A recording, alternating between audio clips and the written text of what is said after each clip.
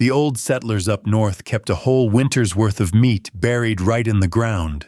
No salt, no smoke, no machine humming in the corner. And if they read the cold wrong, the whole lot spoiled before Christmas. Before I take you out to that pit, do me one small kindness. Subscribe here to the Root Cellar, so the next forgotten story finds its way to you. Now come close to the fire. Picture a homestead in the far north, a little log cabin with smoke curling from the chimney and the first hard freeze of November clamping down. The earth goes iron solid overnight. And here's the thing most folks today never learned, that frozen ground wasn't the enemy. It was the icebox. A family that read the cold right, could bury venison, pork, and game in the fall, and pull it out sound and sweet clear through to the spring thaw. Deer they shot in October, eaten as roast in the dead of January. No machine, just the ground. Think what that meant. No trip to town in a blizzard, no scramble when the salt ran low. The cold did the keeping, free, all the long dark months. While down south a family with no such freeze went hungry or gave up half its game to rot. But it all started with one thing they understood in their bones, the frost line. How deep the cold bit down into the soil. They watched for the ground to freeze a good hand's depth and stay that way, night after night, not just a skim on top that a noon sun could soften. If you've ever felt that first hard freeze crack underfoot in November, you already know the sound the old-timers were listening for. And here's where a man could ruin everything. You couldn't bury too early. One warm spell, one soft afternoon, and the whole lot turned. So they waited. Waited for that steady, killing cold, usually after the first 3 or 4 hard nights running, when the frost had a real grip and meant to hold it. They'd take a spade to the earth and drive it down, feeling for the point where the soil quit being soil and turned to stone. That's what they were after. Below the frost, above the thaw, that narrow band was the whole secret. Get above it, the meat spoiled. Go too shallow, worse trouble waited. Now think on that a moment. The very cold that could kill a man out in the open was the same cold that kept his family fed all winter. But knowing when the ground was cold enough was only half of it. Because a shallow buried carcass sends its scent out across the snow, and that would draw every wolf and fox for miles. So the old-timers didn't just dig a hole. They layered it, and how they layered it is the part almost nobody remembers. And it started with where they dug. Not just any spot. The shaded north side of a slope. The face the winter sun never once reached to warm. That's where the cold held longest, deep into spring, long after the south side had started to soften. An old-timer would walk his ground in October and pick that pit spot like he was picking a grave for a friend. Careful, deliberate. Because everything else rode on getting that first choice right. Then came the layering, and it went bottom up. First, a bed of clean straw down in the pit. Dry, golden, a good thick handful of it packed flat. That straw did 2 jobs at once. It kept the meat up off the raw dirt, and it held a pocket of still air, and still air is what holds cold in place. On top of that straw went the meat. Quarters of deer, sides of hog, each piece wrapped in cloth or birch bark before it ever touched the pile. That wrapping kept the dirt out and the flesh clean. Over the meat, packed snow, then more straw on top of that. You're building a sandwich now, layer on layer, cold locked between them. And then the seal. A mounding of earth and brush heaped over the whole thing, high and rounded so the rain ran off it. That mound did the one thing that mattered most. It held the deep cold in, and it held the scent down. Right there is your answer to the wolf and the fox. A carcass buried under a foot of packed earth and snow and brush throws almost no scent at all. The hungry things could walk the ridge all winter and never know a whole family's meat lay sleeping under their paws. Now, not every family dug the layered pit.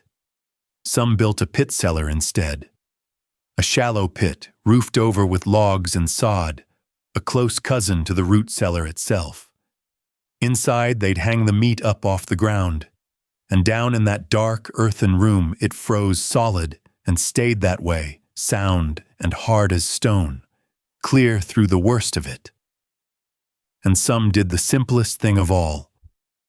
They packed the carcass straight into a snowbank, tamped it down hard, drift over drift, and let the snow do the work of a freezer. Sounds backwards, doesn't it? Packing meat in snow to keep it? But stay with me, because the old-timers knew something about snow most of us never do. The snow insulated as much as it chilled.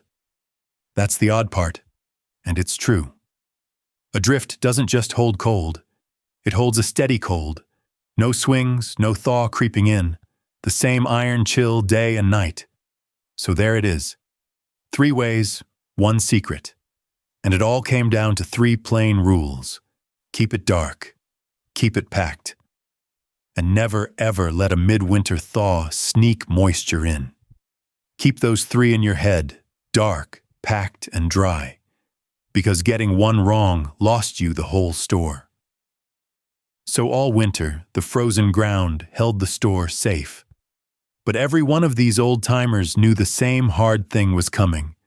The one that could undo a whole winter's work in a week. Spring. The thaw would come creeping up that shaded slope, and the moment it reached the meat, the icebox was finished. So what did a family do when the cold they'd trusted all winter began to give way? They watched. That's the plain answer. When the sun climbed higher and the snow melt began trickling down that shaded north side of the slope, a family didn't sleep easy. They watched the buried store like a hawk. Every warm afternoon was a threat. The cold they'd trusted all winter was thinning by the day, creeping up the ground toward the meat, and once it reached the pit, that narrow band, below the frost, above the thaw, was gone for good. So they raced it. As the earth softened at the top of the slope, they'd dig down to what was left and start carrying it in. Not out into the warming air. Down. Into the coolest corner of the root cellar. Down among the turnips and potatoes, where the earth stayed cold longest. That back corner, dug into the shaded side of the hill, held its chill weeks after the open ground had let go. The last of the venison, the last sides of hog, moved there while the cellar was still cold as a grave. And what they couldn't hold that way? That's when the old preserving work finally began. They'd salt or smoke as the season turned. Sides of meat rubbed down and packed, or hung over a low, slow smoke in the shed. Here's the thing most folks miss. The buried cold had done the heavy lifting already. It had carried them through the whole hardest stretch of winter. The deep cold, the short days, the months when nothing else would have kept. And it did it for free. No barrel of salt spent, no wood burned for smoke, only the tail end of the store, the little that spring threatened, ever needed the old preserving. The frozen ground had bought them everything before it. And this is where the whole winter comes round. A family that managed it ate roast venison in January that had been killed in October. Think on that. Picture that. A roast on the table in the dead of January, taken from a deer shot back in October, and not one machine had touched it. Steam rising off the meat by lamplight, snow piled to the windowsills outside, and every bit of that supper had been sleeping in the frozen earth since autumn. No hum in the corner, no wire running to a wall, just cold ground, snow, and straw, and a man who knew how to read them. That's the quiet genius of it.